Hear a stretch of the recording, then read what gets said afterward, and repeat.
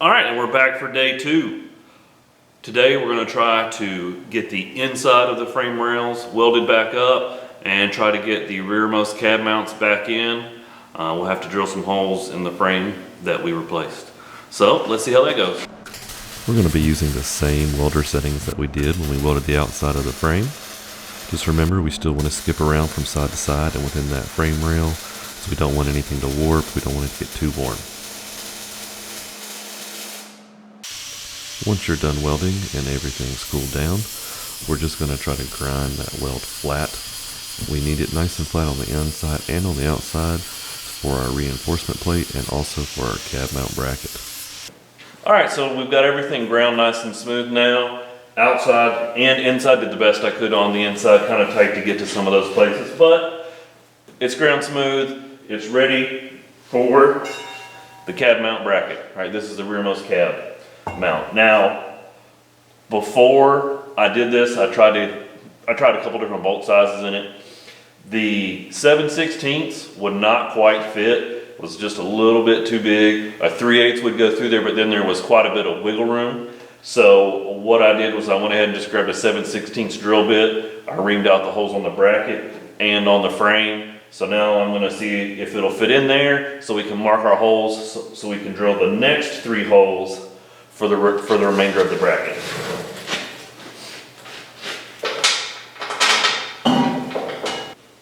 Alright, that's what I was afraid of. Let me show you what's going on. Alright, so if you can see, this is the existing frame here. And it's slightly narrower. And it was like this on the pieces that I cut off for the length of this bracket. So I'm gonna have to come in here, I guess, with a cut-off wheel and just take off just a little bit right past that bracket so it'll fit. Now you can see it right here. This is where it was recessed just a little bit for that bracket. So that's what I'm gonna have to do.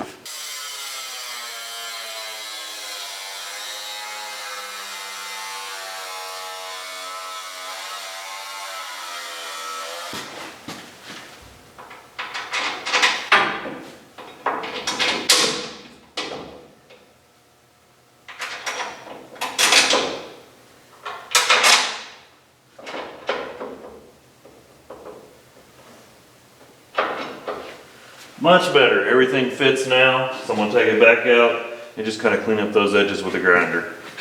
All right, so now with the bracket mounted up, we've got our clearance. I've got it tightened up. I'm gonna try to mark those holes so that I can drill them out. What I'm gonna try to do is I'm gonna start with a 7/16 drill bit since it'll fit in the hole and see if that'll mark the center.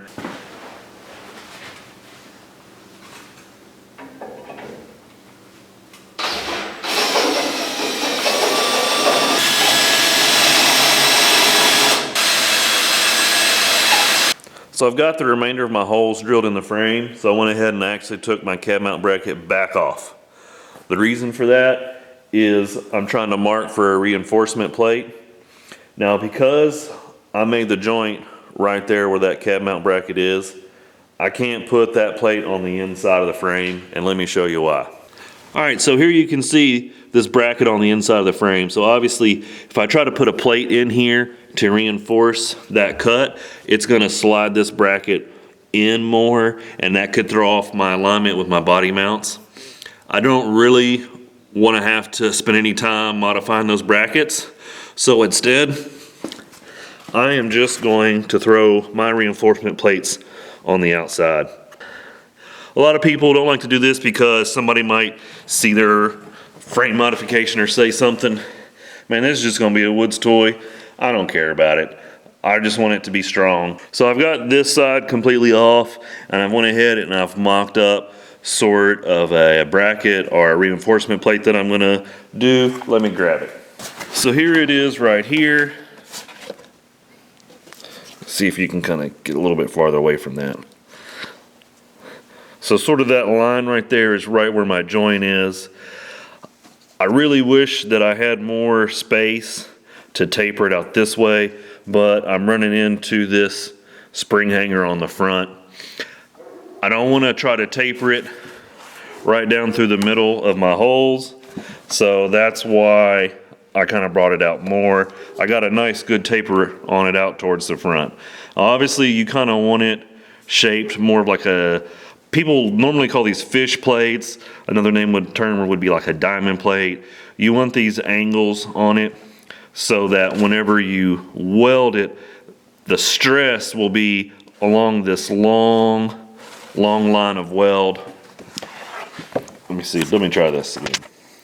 So that way, whenever you weld it like this, the stress is going to be along this whole weld instead of just right there. It's going to be spread out more.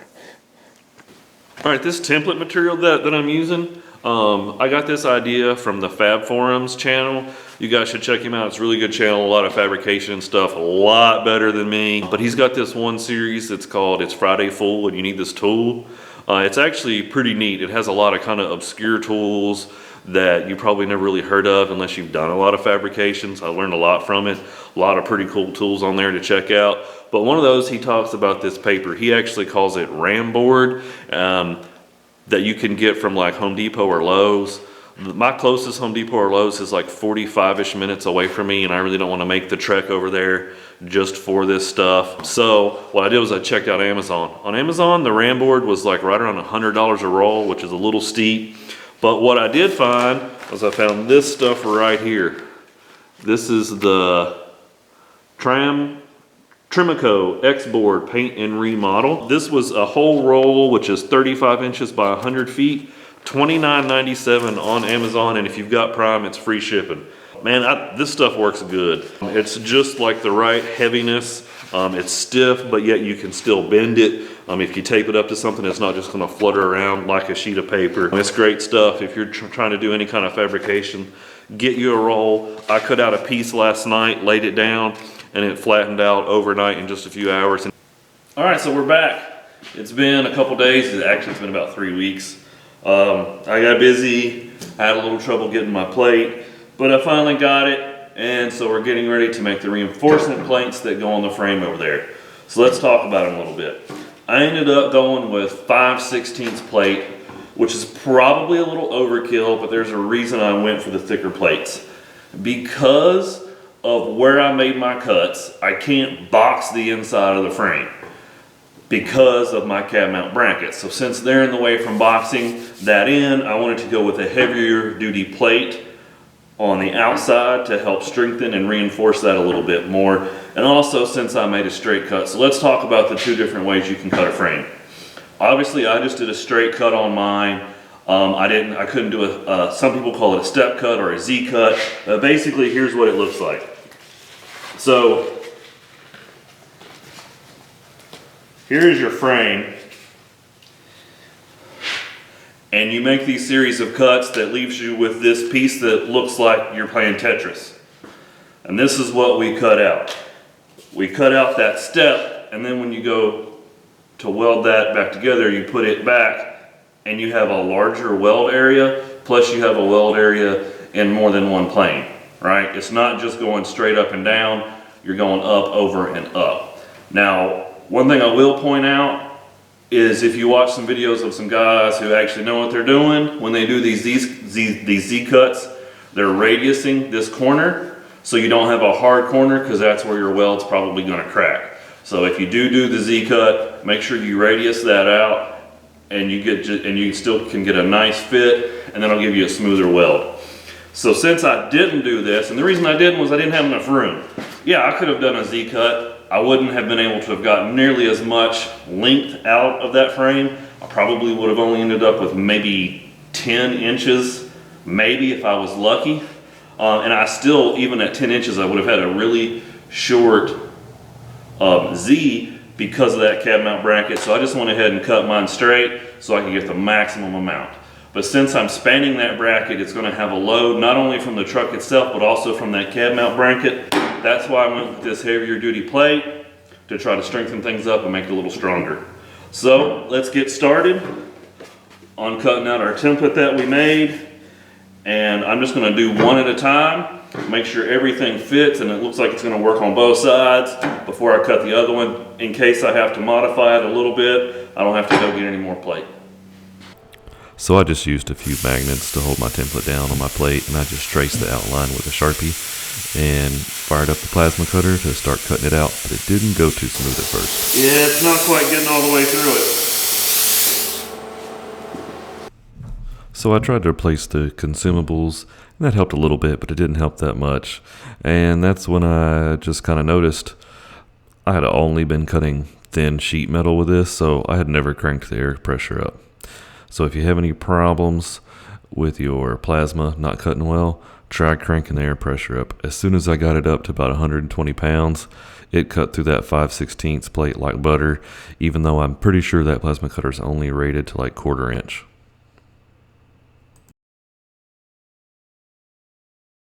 So now I'm just going to try to clean up a lot of this slag, smooth these edges out, these transitions, and then I'm going to bevel it and see how it fits over there on the frame. Alright, now that I got all my edges ground down fairly smooth, I went ahead and I test fit it on the frame. It actually was pretty good. I was pretty surprised by just how close to the template it came out. It really helped whenever I turned the air pressure way up on that plasma cutter. Man, it cut so much better. So now all I'm going to do is I've got it clamped down here. I'm going to start beveling these edges so that we can get ready to weld it. But before we weld it, we got to drill our holes. So now I've got my plate clamped here to the frame, and I didn't actually know we even had these, but I found a transfer punch, and it's just the right size to go through the holes. So I'm just going to clamp it up there. I'm going to get on a creeper, go underneath there, and try to transfer the center of those holes to that plate so we can drill them out and we can get a little bit closer.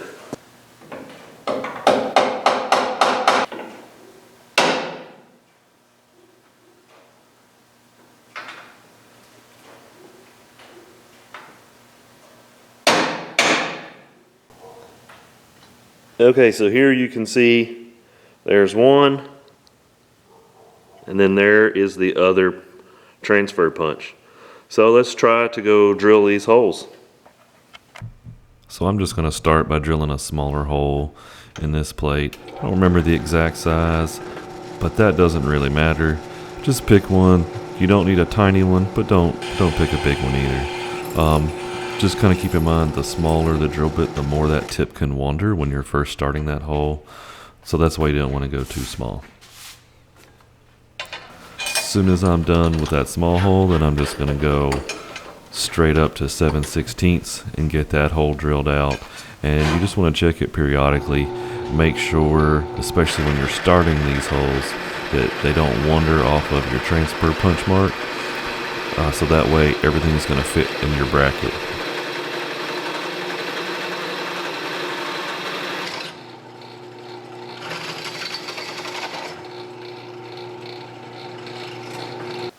So all I did was I just mounted this plate up, put a couple bolts through. I didn't even put a nut on them and tighten them down. I just wanted to hold that in place so I could trace around the perimeter all the way with a soapstone, and then I'm going to grind that off so I can get a nice clean weld. Now that we have our outline traced out, we're just going to take a flat disc.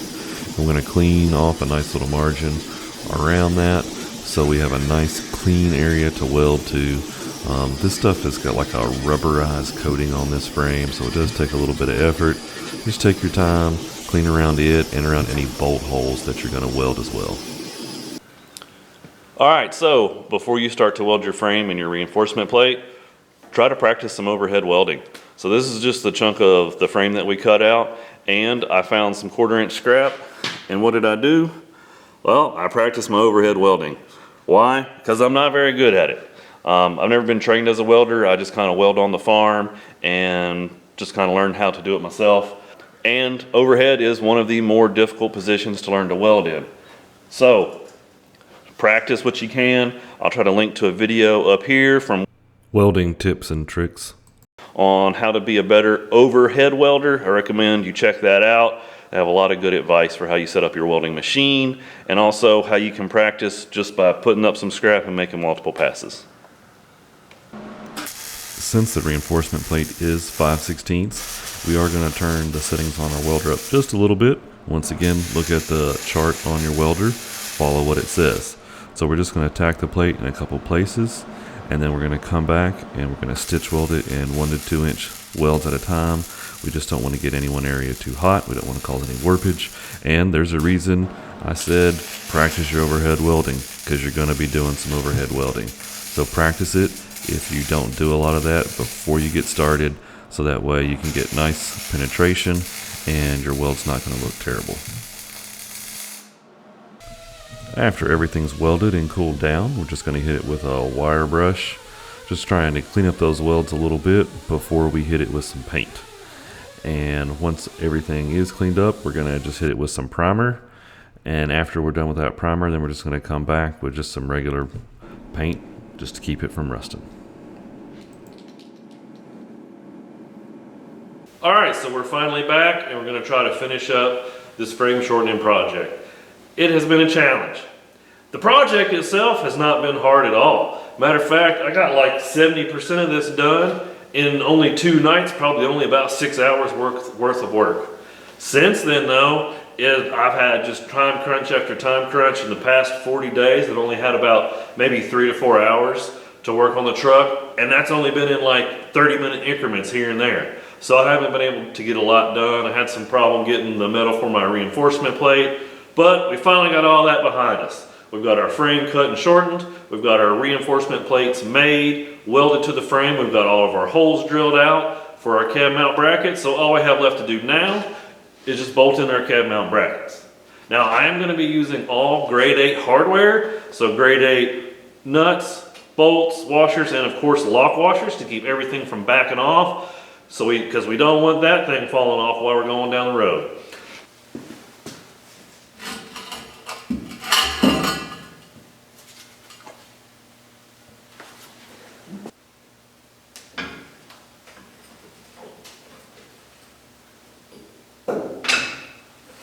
We're finally done.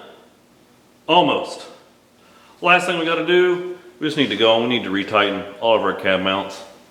I had them loosened up. I did all of them except the very front ones up by the radiator support. And that's simply because I got both my fenders off, so I didn't really need to loosen those up. But if you loosen yours up, don't forget to go back and retighten them.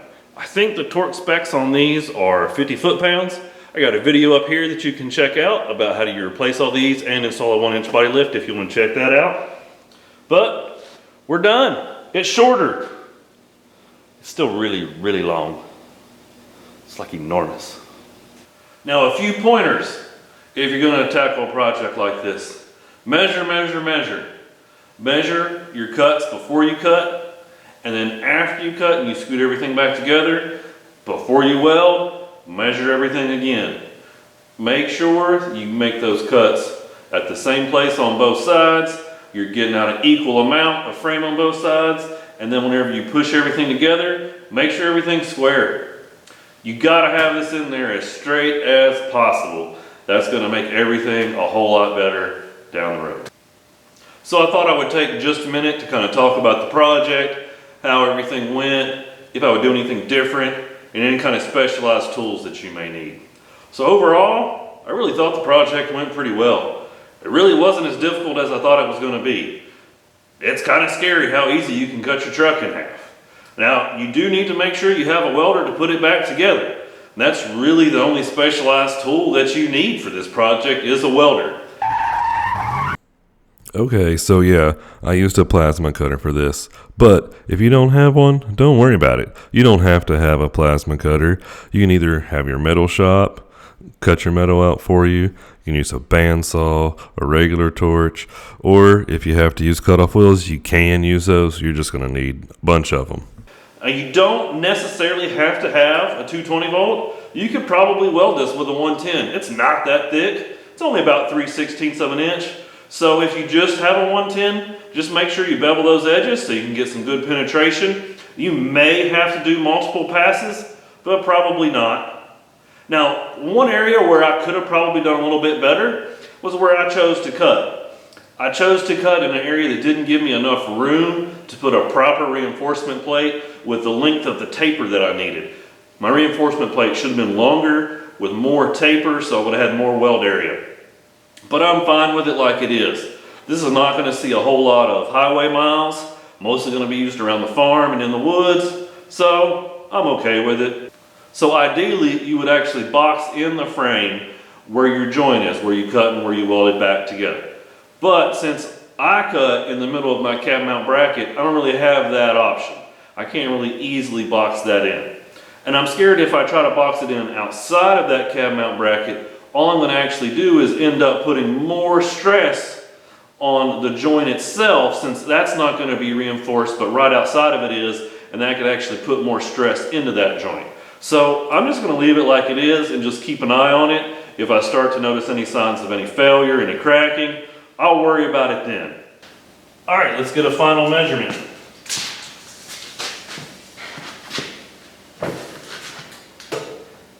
All right. 143. 11 feet, 11 inches. It's almost like a Jeep. It's not even close. But hey, we did manage to get 22 inches out of the frame, and overall the project went pretty smooth. Thanks for watching, guys. If you liked the video, hit the like button. If you want to see more like it, please go ahead and hit that subscribe button. You can check me out on Instagram under Off-Road Farm.